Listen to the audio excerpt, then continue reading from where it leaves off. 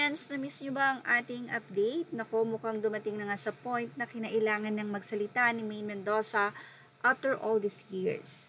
Hindi maikakaila na isa ang Aldab sa talaga namang sinubaybayan everyday noon sa tamang panahon sa Eat Bulaga sa Channel 7 na kung saan ay napakadami talagang fans. Ang sobrang na-hook at minahal ang nasabing tambalan. At isa nga tayo sa kinilig sa dalawa.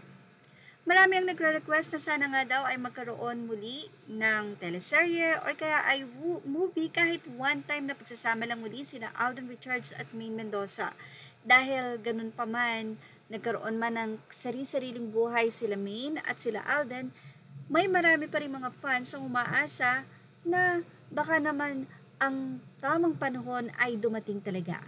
Well, yes, dumating na nga ang tamang panahon at kamakailan lamang ay nag-viral ang nasabi nga pong video ng pag-amin ni Maine Mendoza sa pagka-in-love niya kay Alden Richards. Yes, mapapanood ang nasabing video na ito.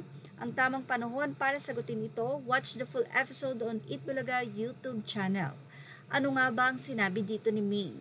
Well, ayon kay Maine Mendoza, yes, na-in-love siya kay Alden Richards. Pero paglililaw niya, hindi po nanligaw sa kanya si Alden. Tinanong pa nga siya ni Alan Kay kung sakali daw ba na nanligaw si Alden ay sasagutin ito. At napakalinaw ng sagot ni Maine, yes of course, dahil in love ako sigurado talagang sasagutin ko siya. Pero yun nga, hindi siya niligawan ni Alden at alam ni Alden yon na kahit daw ang buong cast ng Eat Bulaga ay alam na in love siya kay Alden noon. Pero dahil nga hindi nanligaw, ay hindi, ibig sabihin, hindi naging sila. Dahil parang si Maine lang talaga yung na-in love.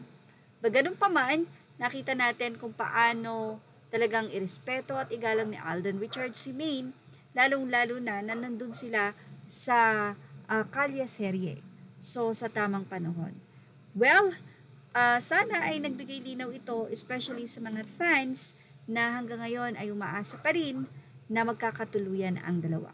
Of course, respect their own lives na ngayon ay may asawa na si Maine, while si Alden naman ay very busy sa kanyang career, ganoon rin sa kanyang mga businesses. Thank you for watching. Images are all credit to the rightful owners. Please like, share, and subscribe.